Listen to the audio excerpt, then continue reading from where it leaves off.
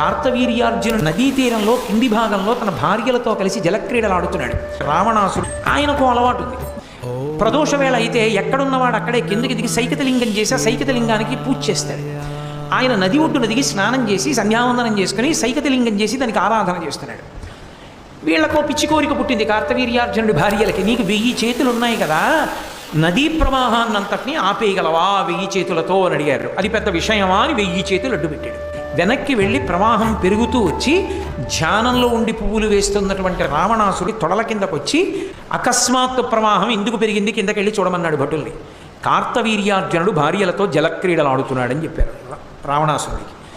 అసలు వాడే పెద్ద ధూర్తుడు. ఆ కార్తవీర్యార్జునుడి 1000 చేతులు నరికేస్తానని యుద్ధానికి వెళ్ళాడు.